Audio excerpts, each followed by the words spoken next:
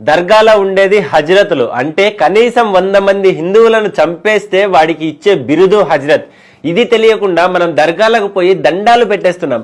మన దేశంలో ముస్లింల పాలనలో ఉన్న సమయంలో ఎవరైనా ముస్లిం సైనికుడు గాని సైనికాధికారి గాని హిందువులను కనీసం 100 మందిని పైచిలుకు హత్యలు చేసి ఉంటే వాడిని హజ్రత్ బిరుదుతో సత్కరించి వాడిని ఆ ఏరియాకు పెద్దగా నియమించేవాళ్ళు. హజ్రత్ సయ్యద్, హజ్రత్ హుస్సేని ఆలం, హజ్రత్ అలీ ఖాన్, ఇలా దర్గాలకు పేర్లుంటాయి. ఈ హజ్రత్లు స్థానిక హిందూ యువతులపై విచ్చలవిడిగా అత్యాచారాలకు పాల్పడేవాళ్ళు. చిన్న చిన్న ఆడపిల్లల్ని ఇంట్లోకి దూరి కుటుంబ సభ్యుల ముందే ఎత్తుకుపోయేవారు. అందుకే హిందువులు బాల్య వివాహాలు మొదలుపెట్టారు. వితంతువులు సతీ సహగమనం చేసేవారు. కానీ మన చరిత్ర పుస్తకాలలో బాల్య వివాహాలు ఇంకా సతీ సహగమనం దురాచారాలు అని చెప్పారు, కానీ అలా ఎందుకు చేయాల్సి వచ్చిందో ఆ పరిస్థితిని చెప్పలేదు. మరి బురకా కప్పుకోవడం మతాచారం ఎందుకైంది? దురాచారం ఎందుకు కాలేదు? నలుగురికి పెళ్లి చేసుకోవడం, నలుగురిని కనడం ఎందుకు దురాచారం కాలేదు? మన చరిత్ర పుస్తకాలను రాసిన వారు కూడా ముస్లింలే. కావాలంటే గూగుల్లో who is first Indian education minister అని టైప్ చేసి సెర్చ్ చేయండి. మౌలానా అబుల్ కలాం ఆజాద్ అనే ముస్లిం పేరు వస్తుంది. ఆయన మక్కాలో పుట్టారు, మదర్సాలో చదువుకున్నారు. ఆయన 10 సంవత్సరాల 160 రోజులు భారతదేశ విద్యాశాఖ మంత్రిగా పనిచేశారు. ఇది కూడా గూగుల్లో సెర్చ్ చేసుకోవచ్చు.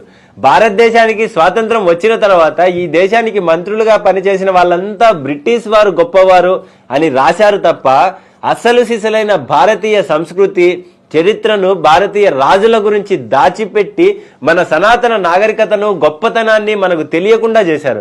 మన సనాతన ధర్మం ఎలా అణచబడిందో ఓ ఉదాహరణ చెప్తాను, వినండి. వేములవాడ రాజన్న దేవాలయం తెలంగాణలో తెలియని వాళ్ళు ఉండరు.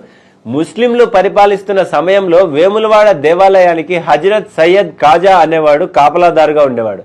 శివరాత్రి రోజున వేములవాడలో పూజలు జరుగుతున్న సమయంలో శివలింగంపై మూత్ర విసర్జన చేశాడు. అది చూసిన భక్తులు ఆగ్రహించి వాడిని కొట్టి చంపేశారు. వాడిని చంపేసిన 2 రోజుల తర్వాత విషయం తెలిసిన ముస్లిం తహసీల్దారు వేములవాడకు వచ్చి అతడి శవాన్ని అక్కడే పూడ్చిపెట్టి దాన్ని దర్గాగా ప్రకటించాడు. వేములవాడకు వచ్చిన వాళ్ళు ఎవరైనా సరే ముందు దర్గాను దర్శించిన తర్వాతే మీ దేవుడి దర్శనానికి వెళ్ళాలని శాసనం చేసి వెళ్ళాడు. ఇప్పటికీ మనం అలాగే చేస్తున్నాం. దర్గాలకు వెళ్ళటం అనేది మన రక్తంలోకి ఎక్కించబడింది. కానీ దర్గాల అసలు చరిత్రను మనకు చెప్పే వాళ్ళే లేకుండా చేశారు మనల్ని పాలించిన వాళ్ళు. ఇకనైనా దర్గాలకు వెళ్ళటం మానండి. హిందువులను చంపిన ముస్లింల శవాలకు దండాలు పెట్టడం ఆపండి. నిజం తెలుసుకోండి, నిజమైన హిందువులా జీవించండి. జై హింద్, జై భారత్.